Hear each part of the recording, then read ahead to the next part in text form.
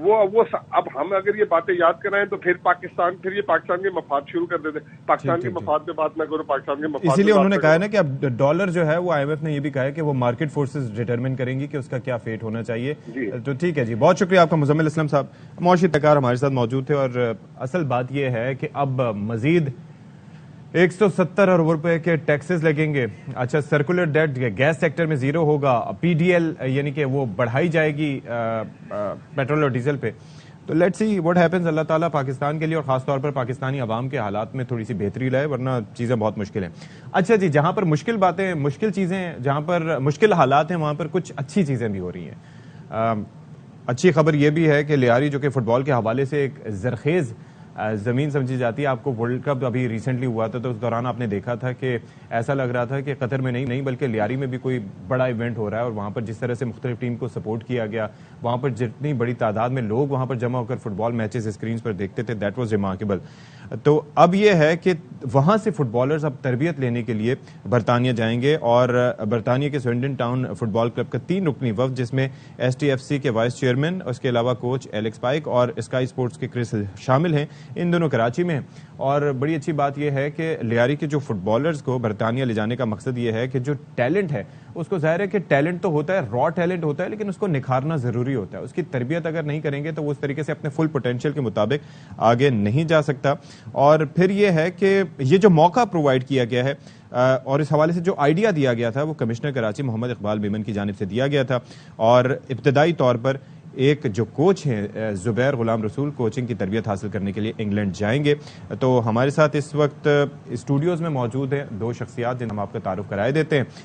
تو سب سے پہلے روح رواں جو ہے وہ کمشنر کراچی محمد اقبال میمن صاحب ہمارے ساتھ اسٹوڈیوز میں موجود ہیں. بہت شکریہ جی, thank you so much for being with us. اور اس کے ساتھ ساتھ ہمارے ساتھ موجود ہیں زبیر غلام رسول, جو کہ تربیت لینے کے لیے جو ہے وہ جائیں گے. تو بہت شکریہ کمشنر صاحب. ہم آپ کو اکثر و بیشتر ویسے یاد کرتے رہتے ہیں دوسرے مہینوں میں جب پرائز کنٹرول کے حوالے سے تذکرہ ہوتا ہے کہ جناب کمشنر صاحب ہمیں آ کے اس پہ بات کریں, لیکن آئندہ آگے چل کے اس پہ سے بات کریں گے. یہ بڑا اچھا انیشیٹو ہے. دیکھیں جی, میں دنیا بھر میں فٹ بالرز کو دیکھتا رہتا ہوں اور ہر کسی کا کوئی نہ کوئی آئیڈیل ہوتا ہے, لیکن ہماری ظاہر ہے کہ ٹیم اس طریقے سے نہیں جا پاتی, لیکن ہمارے ہاں ٹیلنٹ بہت موجود ہے. تو یہ آپ کے ذہن میں خیال کیسے آیا کہ یار یہ کرنا ہے اور یہ بڑا ایک اچھا ایک جیسچر آگے چل کے انیشیٹو ثابت ہوگا؟ میں نے جب اکتوبر 2021 میں چارج لیا تھا کمشنر کراچی کی حیثیت میں, تو اس وقت کچھ دنوں کے بعد میں نے بچوں کو بلایا تھا. فٹ بال کیا, چھوٹا سا ٹورنامنٹ تھا, انہوں نے جیتا تھا. چھوٹے سے بچے تھے, 10-12 سال 9 سال کے بچے. تو ان سے بات چیت کرتے ہوئے میں نے ان کو کمشنر آفس میں دعوت دی. میں نے کہا آپ کو ہم پرائزز دیں گے, اور وہ بڑے خوش ہوئے بچے. انہوں نے کہا ہم پہلی دفعہ آئے کمشنر آفس میں, اب لازمی بات ہے کمشنر آفس میں سے, ادروائز کیوں آتے وہ لوگ, ٹرینڈ بھی نہیں ہے اس طرح سے. میں نے اسٹارٹ کیا کہ جی میری دلچسپی رہی ہے ہمیشہ سے لے کے اسپورٹس میں, اور خصوصاً فٹ بال میں ڈفرنٹ ہر جگہ پہ, ہر جہاں پہ جو بھی اپرچونٹی آئی اس کو میں نے گریب کرنے کی کوشش کی. میں خود, آپ بچپن میں تو ہمیشہ کرکٹ کھیلتے ہیں, ہاکی زمانے میں ہوتی تھی, ٹینس میں کھیلتا رہتا ہوں, ابھی بھی میں ریگولر کھیلتا ہوں. لیکن یہ ہے کہ وہ ان بچوں کو دیکھ کے میں نے ان سے پوچھا کہ آپ لوگ کہاں جاتے ہیں کھیلنے کے لیے؟ لاہور میں جاتے ہیں, حیدرآباد, کہاں جاتے ہیں؟ تو انہوں نے مجھے کہا کہ ہم تو کہیں نہیں جاتے, ہمارے پاس تو کڈس کے لیے پیسے نہیں ہوتے, ہم جائیں گے کدھر؟ تو میرے ذہن میں ایک تشویش والی بات آئی کہ اب ان کو کس طرح سے ہم سپورٹ کر سکتے ہیں. اور پھر میں نے ایک کیمپین اسٹارٹ کی, اڈاپٹ ٹیم اڈاپٹ کلب کے نام سے, کہ اس میں آرگنائزیشنس اپنے CSR فنڈز میں کلبس کو یا ٹیمز کو اڈاپٹ کریں, یا مخیر حضرات اڈاپٹ کریں. ان کے لیے تو چند ہزار ہوں گے, ان بچوں کے لیے وہ بہت بڑی بات ہوگی. تو ہوتے ہوتے میرا رابطہ ہوا Swindon town football club سے, اور انیشیل جو رابطہ ہوا تھا وہ اسی طرح ہی تھا کہ وہ تھوڑا سا ہمیں سپورٹ کریں گے, کٹس دے دیں گے یا اس طرح کی چیزیں. پھر میں نے ان کو کہا کہ اگر آپ ہمیں سپورٹ کرنا چاہتے ہیں تو ان لائنز پہ کریں, یعنی ہمارے بچوں کی آپ تربیت کریں. اور یہ جو چھوٹی موٹی چیزیں ہم کراچی سے کر لیں گے, یہ کوئی اتنی بڑی بات نہیں ہے. اصل میں بات یہ ہے کہ اسکلس ٹرانسفر ہونے چاہیے, اور اس کے لیے ہمارے پاس ریسورسز نہیں ہے, ہیومن ریسورس نہیں ہے, ہمارے پاس مانیٹری فائنینشیل ریسورسز بھی نہیں ہے, اور ہمیں نو ہاؤ بھی نہیں ہے آنیسٹلی. اب آپ نے دیکھا کہ جو ورلڈ کپ ہوا تھا, کس لیول کی تربیت چاہیے, کتنے آپ کے نروز اسٹرانگ ہونے چاہیے, فٹنس چاہیے, انڈیورنس چاہیے, ایک اسٹیمنا چاہیے فار 90 منٹس اور مور. جی بالکل. تو اب یہی پریمیئر لیگ میں انٹرنیشنل یہی ہوتا ہے, انٹرنیشنل فٹ بال میں جو ورلڈ کپ کے علاوہ جو میچز ہوتی ہیں اس میں بھی یہی ہوتا ہے. ان لوگوں نے آپس میں انٹرنل ڈسکشنز کی سمرن ٹاؤن فٹ بال کلب کے اندر، مینجمنٹ میں ڈسکشن ہوئی. ایونچولی انہوں نے مجھے کہا کہ آپ ہمیں پروپوز کریں. میں نے ایک ڈرافٹ ان کو بنا کے دیا، MOU بنا کے دیا، اور وہ ہم نے 5 فروری 2022 میں سائن کیا کراچی میں میرے آفس میں. سے کچھ دن پہلے؟ نہیں لاسٹ ایئر. اچھا لاسٹ ایئر 2022 میں. اوکے. اب تو 1 سال مکمل ہو چکا. ابھی تک میرے ذہن میں اصل میں 2023 ہضم نہیں ہو رہا. جی الحمدللہ. تو یہ 1 سال مکمل ہوا ہے. اور جب یہ ہم نے کیا تھا اس وقت پھر ٹرائل شروع ہوئے. یہ لوگ ان کے جو ایلیکس پائک آئے کوچ، پورے کراچی وائڈ ٹرائلز ہوئے تھے جس میں سینکڑوں بچوں نے حصہ لیا تھا اور کئی کوچز نے حصہ لیا تھا. اس کے بعد ہم نے 23 بچے انڈر 15 اور 2 کوچز ہم نے سلیکٹ کیے تھے جن کی مسلسل 1 سال سے ٹریننگ ہو رہی ہے. یہ لوگ فزیکلی یہاں پہ آتے ہیں اور کراچی میں ان کی ٹریننگ کرتے ہیں اور آن لائن بھی کرتے ہیں. اور باقی جن لوگوں کا ایلیکس پائک خاص طور پہ کوچ وہی ہے. زیویر آسٹن جو آئے ہوئے ہیں وہ وائس چیئرمین ہے اس کلب کے. He is the one of the management. اور تیسرے ہیں اسکائی اسپورٹس کے کرس ہل. وہ کرس ہل تو رپورٹر ہے اور انہوں نے جو پاکستان کے لیے رپورٹ کیا اس وقت آئے ہیں صرف پاکستان کے اوپر، کراچی کے اوپر ڈاکیومنٹری بنانے کے لیے، اس خاص اسٹوری کو پروجیکٹ کرنے کے لیے. اور ہماری اتنی عزت ہوئی ہے پوری دنیا میں، کراچی کی اتنی عزت ہوئی ہے. اور یہ پورے 1 سال کی پروسیس کے بعد اب ہم یہاں پہ پہنچے ہیں کہ ہمارے یہ کوچ زبیر جائیں گے. چلیں جی، زبیر سے بھی بات ہے. زبیر کتنے ایکسائٹیڈ ہیں آپ یار؟ یہ تو بڑا زبردست ایک موقع ہے. دیکھو یہاں سے بیٹھ کے چیزوں کو دیکھنا، ٹیلنٹ بڑا ہو لیکن اس کو لمبے عرصے تک کنٹینیو نہیں کر سکتے نا. تو یہ کتنا زبردست آپ کے لیے موقع ہے. کیسا فیل کرتے ہیں آپ؟ سر ایکسائٹیڈ اور بہت زیادہ خوش فیل کرتا ہوں کیونکہ میں سمجھتا ہوں کہ پاکستان میں کسی کو اتنا اچھا چانس نہیں ملا ہوگا کہ وہ اپنے اسکلس کو ڈیولپ کر سکے جو مجھے ملا ہے. اور بہت زیادہ ایکسائٹیڈ ہوں سیکھنے کے لیے اور بہت زیادہ ایکسائٹیڈ ہوں کہ وہ جو میں سیکھوں اور یہاں کے بچوں کو جو ہے وہ یہاں پہ میں اپلائی کروں اپنی ٹیم کے ساتھ. اور ہمارا اور میرا بھی خواب یہی تھا کہ میں انٹرنیشنل جا کر کھیلوں، لیکن انفارچونیٹلی نہیں ہو سکا. لیکن تو ابھی آپ کی عمر کیا ہے؟ عمر نکلی تو 26. تو ابھی 26 اسٹل پلے. آپ دیکھ لیں نا آج کل تو جو فٹنس کے اسٹینڈرڈز ہیں وہ اتنے ہائی مینٹین ہو رہے ہیں. آپ میسی کو دیکھ لیں، 35. رونالڈو نے النصر ابھی جوائن کیا ہے. آپ دیکھیں کہ ہائیسٹ پیڈ ایتھلیٹ ہوگا وہ، اور ہی 37 آلریڈی. زلاتن ابراہیم ان کو دیکھ لیں جناب، ہی 41 42. تو یہ تو اب میرے خیال میں مجھے لگ رہا ہے کہ ڈی این اے بھی ہمارا تھوڑا سا موڈیفائی ہو رہا ہے اور تھوڑا سا فٹنس بھی ہماری بڑھ رہی ہے. سر بالکل بڑھ جائے. اگر اس طرح کے انیشیٹو ہوتے جس طرح سے کمچر صاحب کا انیشیٹو ہے تو پھر ہم لوگ بھی ضرور اس طرح کی چیزیں جو ہے کر پاتے، انٹرنیشنلی جا کے کھیل پاتے. لیکن ابھی جو بچوں کے لیے سر کر رہے ہیں، اور میں اگر ایز اے پلیئر انٹرنیشنل نہیں ہو سکا تو پھر ایز اے کوچ میں انٹرنیشنل ہونے جا رہا ہوں. بہت زیادہ ایکسائٹڈ ہوں اور ایک رسپانسبلٹی میری ہے کہ میں کراچی کو، پاکستان کو، سندھ کو ریپرزینٹ کرنے کے لیے وہاں پہ جا رہا ہوں. کمشنر صاحب ایک چیز بڑی اچھی یہ ہے کہ جس طرح سے ہم پہلے بات کرتے تھے نا کہ when somebody is in their late 30s اور 40s تو پھر کہا جاتا تھا کہ the father time is catching up. لیکن اب آپ دیکھ لیں کہ boxers Floyd Mayweather, Manny Pacquiao and the other heavy weights وہ 40s میں بھی کمپیٹ کر جاتے ہیں. ٹینس میں دیکھ لیں کہ راجر فیڈرر کو دیکھ لیں، کتنا ہائی لیول کا گیم ہوتا ہے. فٹ بال میں آپ دیکھ لیں. تو یہ مزید ہمیں بھی تھوڑا سا اس طریقے سے، کیونکہ را ٹیلنٹ ہونا ایک الگ چیز ہے لیکن ایک سرٹن ایج تک آپ کھیل لیتے ہیں، لیکن اس کے بعد ان کو تو اس حوالے سے آپ لوگ کیا مطلب یہ کہ ارینجمنٹس کر رہے ہیں؟ ہمیں یہ تو ریکگنائز ہم نے کر لیا کہ ہماری سوسائٹی میں را مٹیریل ہے، ہمارے پاس اس کو نکھارنے کے لیے کوئی ریسورسز نہیں ہیں. ہمیں اس طرح کی پارٹنرشپس کرنی چاہیے. اس اسپورٹس میں ہو گئی اور بھی کرنی چاہیے اور اسکلس ٹرانسفر ہونے چاہیے اس طرح سے. لیکن سب سے بیوٹی ہے اس پوری پارٹنرشپ کی وہ یہ ہے کہ اس میں حکومت سندھ کا 1 روپیہ بھی خرچ نہیں ہوتا.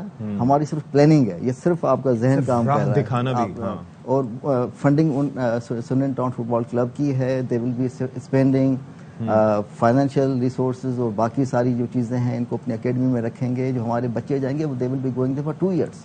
اچھا 2 سال اس کی ٹریننگ، اس کی education. Eventually they will be playing in English Premier League and then international football.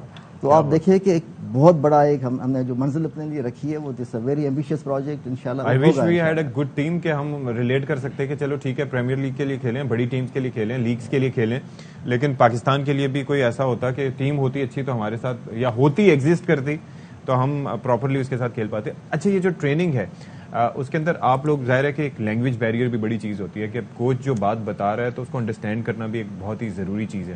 تو اس کے لیے کچھ آپ لوگ مطلب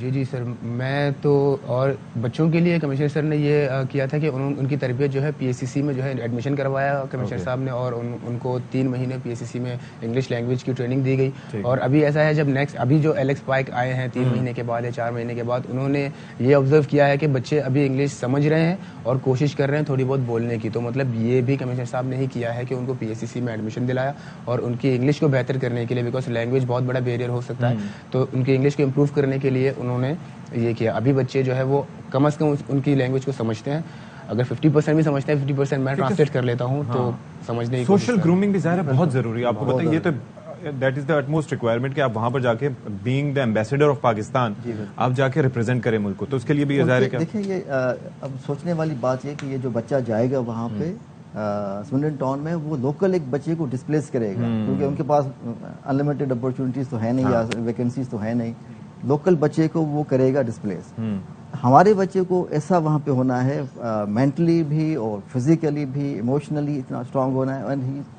دیکھیے صرف 15 سال کا بچہ ہے, تو ہم نے اس کو یہاں پر اتنا تیار کر کے بھیجنا ہے, اور اس کو اتنا سمجھا کے اور اس کی اتنی لوکل ٹریننگ کروا کے, تاکہ جب وہاں پہ بالکل ڈفرینٹ انوائرمنٹ میں اور ڈفرینٹ موسم میں وہاں پہ ٹریننگ کرے تو اس کو بیئر کر سکے اور برداشت کرنے کی اس میں صلاحیت ہو. ٹھیک ہے, thank you so much for being with us Iqbal Memon صاحب, بہت شکریہ. زبیر, اللہ تعالیٰ آپ کے لیے مزید بہتریاں کرے, اور آپ کے یہ انیشیٹو بہت اچھا ہے. ہم آپ سے آگے بھی چل کے ہم سے وعدہ کر کے جائیں کہ آپ دوبارہ بھی ہم سے رابطے میں رہیں گے, فون اٹھائیں گے, ہم سے بات کریں گے, تاکہ ہم پرائز کنٹرول کے ایک میکینزم پہ بھی آگے چل کے آپ سے بات کر سکیں.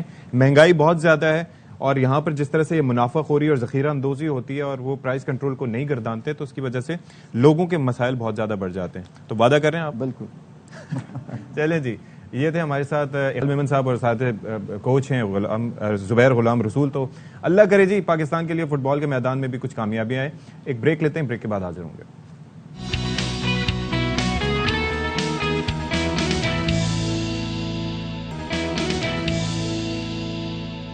اچھا جی, باخبر سویرا میں ایک بار پھر سے آپ کا خیر مقدم ہے. اچھا, پاکستان میں 2 ایسپیکٹس ہیں جن کے اوپر ہماری تربیت کی ضرورت ہے. ایک تو یہ ہے کہ کبھی بھی کسی حادثے کی صورت میں, کسی کو گولی لگنے کی صورت میں, ہم جان بچانے کی ویسے تو کوشش کرتے ہیں کہ ہاسپٹل جلدی سے لے جائیں, لیکن ایک کیمپین یہاں پر ہونی چاہیے, اسٹاپ دا بلیڈ کیمپین, جو کہ دنیا کے ترقی یافتہ ممالک میں ہوتا ہے, کہ پہلے اس شخص کو جس کو گولی لگی ہے, زخمی ہے, اس کا خون روکا جائے, کیونکہ اس سے اس کی جان بچائی جا سکتی ہے. لوگ سب کچھ کرتے ہیں لیکن اس جانب توجہ نہیں دیتے, اویئرنیس بھی نہیں ہوتی. دوسرا یہ ہے کہ اس کے بعد کوئی ہاسپٹل پہنچ جائے تو خون دینے کا عمل. بہت سے لوگ ڈونرز ہیں, آپ ایران کی مثال لے لیں کہ وہاں پر ایک آبادی کی بڑی پرسنٹیج جو ہے وہ بلڈ ڈونیشن کرتی ہے.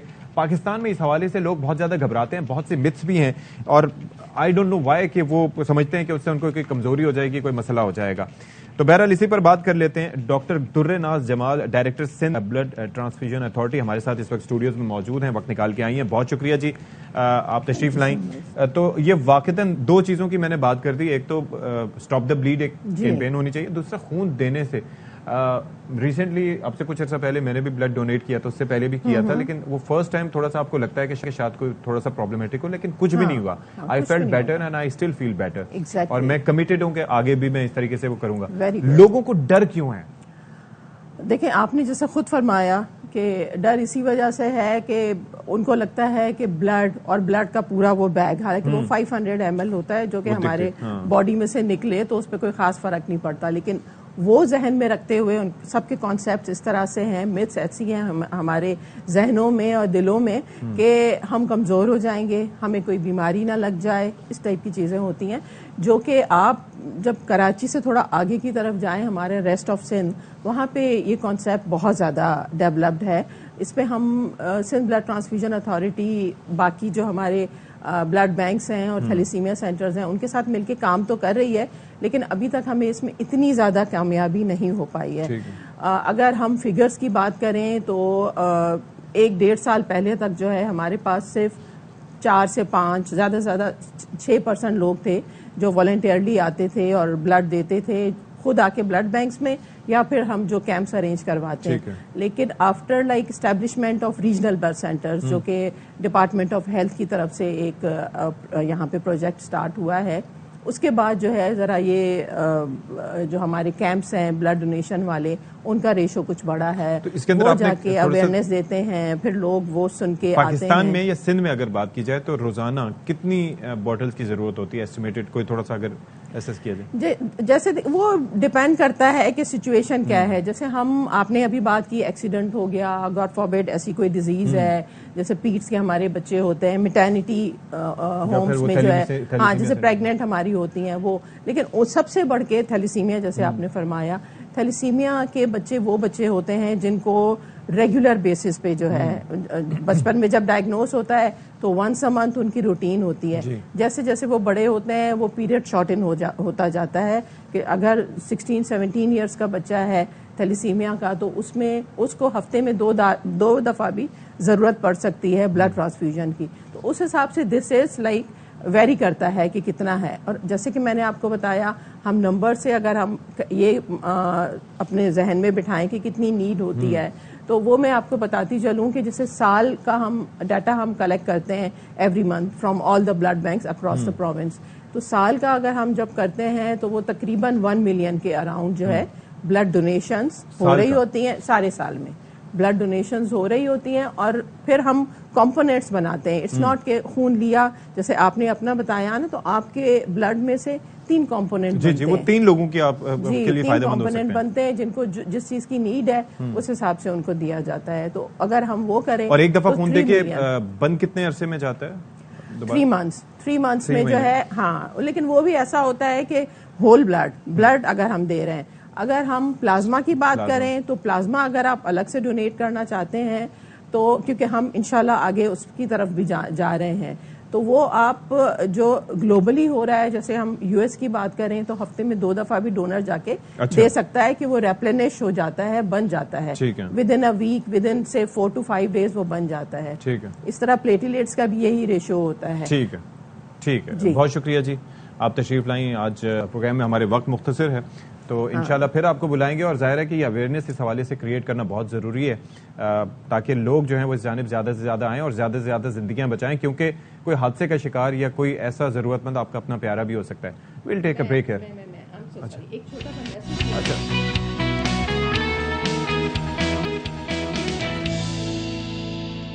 جی ویلکم بیک ناظرین کرام, اور یہاں پر ہم بات کرنے جا رہے ہیں. آپ سے کچھ دن پہلے آپ کو ہم نے جس طرح سے بتایا تھا کہ ترکیہ اور اس کے اطراف کے علاقوں میں جو زلزلے کے جھٹکے محسوس کیے گئے تھے, زلزلہ آیا تھا, تباہی ہوئی تھی, 7.8 میگنیٹیوڈ تھا.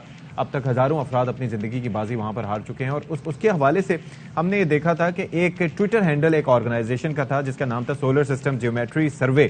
انہوں نے سزمک ایکٹیویٹی کے حوالے سے ساؤتھ ایشیا اور دیگر علاقوں میں پریڈکشن کی تھی کہ یہ جو چاند کے کچھ اتار چڑھاؤ کی وجہ سے, اس کی ایکٹیویٹی کی وجہ سے یہ پریڈکشن ہو سکتی ہے. پھر ساتھ ہی ساتھ جو اس وقت سیارے جس طرح سے لائنڈ اپ ہیں اور اس کے علاوہ باقی ساری چیزوں کی طرح سے انہوں نے ایک پریڈکشن جاری کی تھی, ایک تصویر جاری کی تھی, اور اس کے اندر 2 پرپل بینڈ شو کیے تھے. انہوں نے کہا تھا کہ potential for stronger seismic activity in or near the purple band in 1 to 6 days.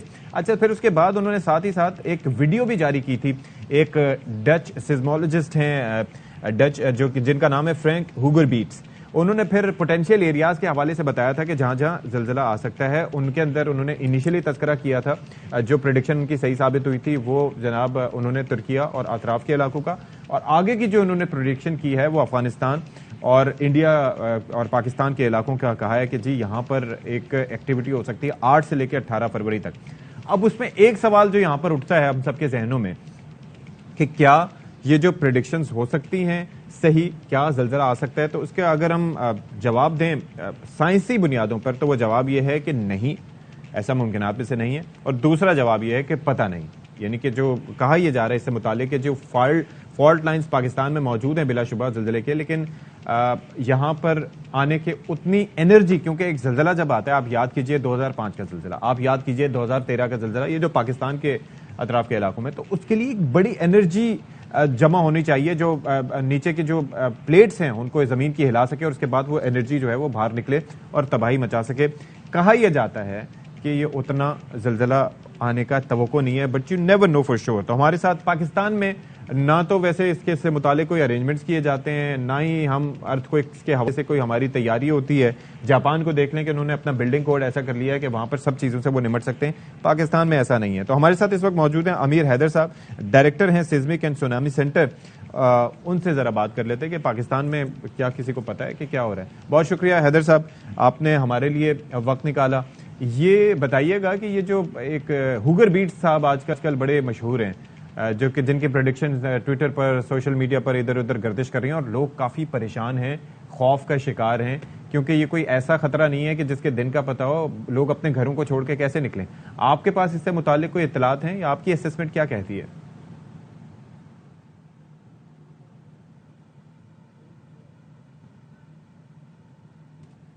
امیر حیدر صاحب آپ سن سکتے ہیں ہمیں؟ آلرائٹ جی, ان تک آواز جی ہماری نہیں جا رہی. تو ہاں, میں اس سے پہلے بات کر رہا تھا جب تک ہم ان کو کنیکٹ کرتے ہیں کہ دیکھیں ترقی یافتہ ممالک میں زلزلے آتے ہیں. جاپان نے تو اپنی بلڈنگز کا سٹرکچر ہی ایسا بنا لیا ہے کہ وہاں پر 9 شدت کا بھی زلزلہ آ جاتا ہے تو وہ بلڈنگ نیچے جو ہے وہ ان کا جو بیس سے وہ اٹیچ اس طرح سے ہوتی ہیں کہ وہ یوں جھولتی رہتی ہیں, اور اس کے بعد جناب وہ گرتی نہیں ہیں, کیونکہ ان کے اندر فلیکسیبلٹی اتنی ہوتی ہے, ان کی تیاری ایسی ہوتی ہے, ان کو کس طریقے سے مینٹین کیا جاتا ہے. پاکستان میں جو ہے وہ جتنا ایک سخت قسم کا اسٹرکچر ہوگا, اس کے گرنے کے, اس کی تباہی کے چانسز بہت زیادہ ہوں گے. کئی دفعہ آپ سفر جب کرتے ہوں گے تو آپ اس کے اندر فلائی اوورس کے اوپر سے گزرتے ہوں گے تو آپ کو لگتا ہوگا کہ جیسے ہیوی ٹریفک آتی ہے تو وہ آپ کو لرزتے ہوئے محسوس ہوتے ہیں. وہ خطرے کی بات نہیں ہوتی, بلکہ وہ ایک اچھا سائن ہوتا ہے کہ ان بریجز کے اندر اتنی فلیکسیبلٹی ہے کہ وہ چل رہے ہیں. اسی طریقے سے جب زلزلے کے جھٹکے محسوس کیے جاتے ہیں تو آپ اپنی بلڈنگز کو یوں سوئے کرتے ہوئے دیکھتے ہیں, یعنی کہ ادھر ادھر موو کرتے ہوئے دیکھتے ہیں. وہ ایک فلیکسیبلٹی کی نشانی ہے.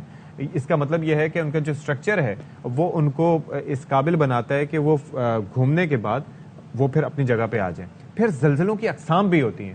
آپ اندازہ کیجئے کہ جو 6 سے کم شدت کا زلزلہ ہوتا ہے, 2 چیزیں کسی بھی زلزلے کو تباہ کن بنانے میں بڑا اہم کردار ادا کرتے ہیں. ایک تو زلزلے کا مرکز کہاں پر ہے, اس کی گہرائی کتنی ہے, پھر اس کی ڈیوریشن کتنی ہے, اس کا میگنیٹیوڈ کتنا ہے. پہلے ریکٹر سکیل پہ یہ مینیج کی جاتی تھی چیزیں, اب یہ چیزیں جو دیکھی جاتی ہیں وہ ہوتی ہیں جناب مومنٹ میگنیٹیوڈ اسکیل. تو حیدر صاحب ہمارے ساتھ موجود ہیں, finally director seismic and tsunami centre. بہت شکریہ جی, آپ نے ہمارے لیے وقت نکالا. آواز اگر آپ تک میری پہنچ رہی ہے تو یہ ہمیں بتا دیجیے گا کہ زلزلے کے حوالے سے جو پریڈکشنز وہ کی جا رہی ہیں ہوگر بیٹس صاحب کی جانب سے, اس میں کتنی صداقت ہے؟ ایسا کوئی خدا نخواستہ کوئی خدشہ ہے؟